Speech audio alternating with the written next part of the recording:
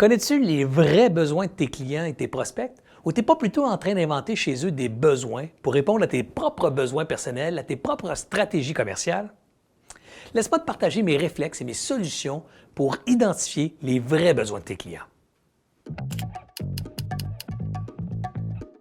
Est-ce que les clients connaissent vraiment leurs besoins? Moi, je pense que oui. En fait, je pense qu'ils connaissent précisément leurs besoins. Pour illustrer ça, pense à la fameuse rumeur qu'Henry Ford, s'il avait demandé à ses clients ce qu'ils avaient besoin, ils n'auraient jamais répondu une voiture à essence, ils auraient évidemment dit un cheval plus rapide et plus fiable. Mais Ford a justement bien entendu ce besoin-là chez ses clients et c'est pour ça qu'il a inventé un moteur à essence, une voiture à essence. En fait, il a donné à ses clients pas un cheval, mais des chevaux, plusieurs chevaux et des chevaux beaucoup plus fiables qu'un vrai cheval vivant. C'est ça le succès d'Henry Ford, d'avoir écouté, d'avoir entendu le véritable besoin et d'avoir utilisé son génie créatif, son imagination pour mettre en place une solution audacieuse qui répondait adéquatement aux clients et aux besoins du client. Ce que tu dois retenir comme leçon dans cette histoire-là, c'est que la créativité dont tu dois faire preuve comme entrepreneur doit servir à imaginer des nouvelles solutions et non des nouveaux besoins chez tes clients. Alors, comment on fait, Serge, pour découvrir les vrais besoins de ses clients, de ses prospects? D'abord, il faut apprendre à distinguer trois choses, les besoins, des désirs et des peurs. Commençons avec les besoins. Pour bien comprendre les besoins, je vous invite à fouiller sur Google Maslow. Et vous allez trouver une pyramide des besoins. C'est comme 5 étages dans une pyramide et chacun de ces étages-là représente une grande famille de besoins. Et de chacune de ces familles-là découlent à peu près tous les besoins qu'on connaît d'un être humain aujourd'hui. Prenez par exemple le besoin de sécurité.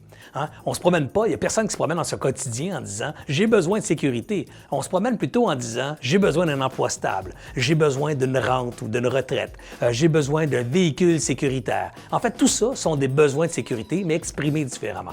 Donc, l'entrepreneur doit être capable, dans son discours avec son prospect ou son client, d'écouter quelles sont ces grandes familles de besoins-là et les distinguer des désirs. Pourquoi? Parce que le désir, c'est un besoin, mais conditionnel, un besoin qu'on exprime dans le temps.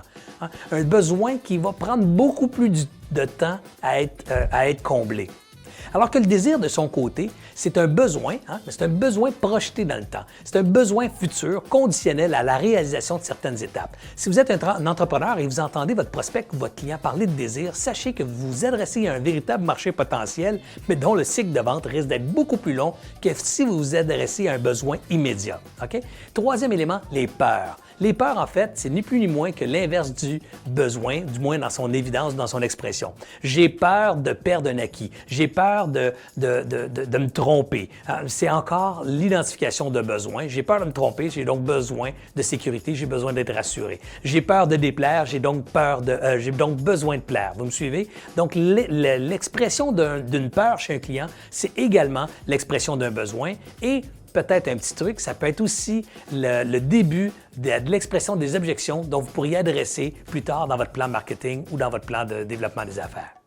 Alors moi, mes réflexes, quand je suis à l'écoute d'un client potentiel ou quand je suis en train de faire une étude de marché, je suis en train d'identifier chez ces clients potentiels-là, est-ce qu'ils ont un besoin réel maintenant ou est-ce qu'ils ont un désir pour plus tard? Ça, c'est vraiment la première chose que j'essaie d'écouter. Un vrai besoin et pas un besoin que Serge invente, un besoin que j'écoute, que j'entends.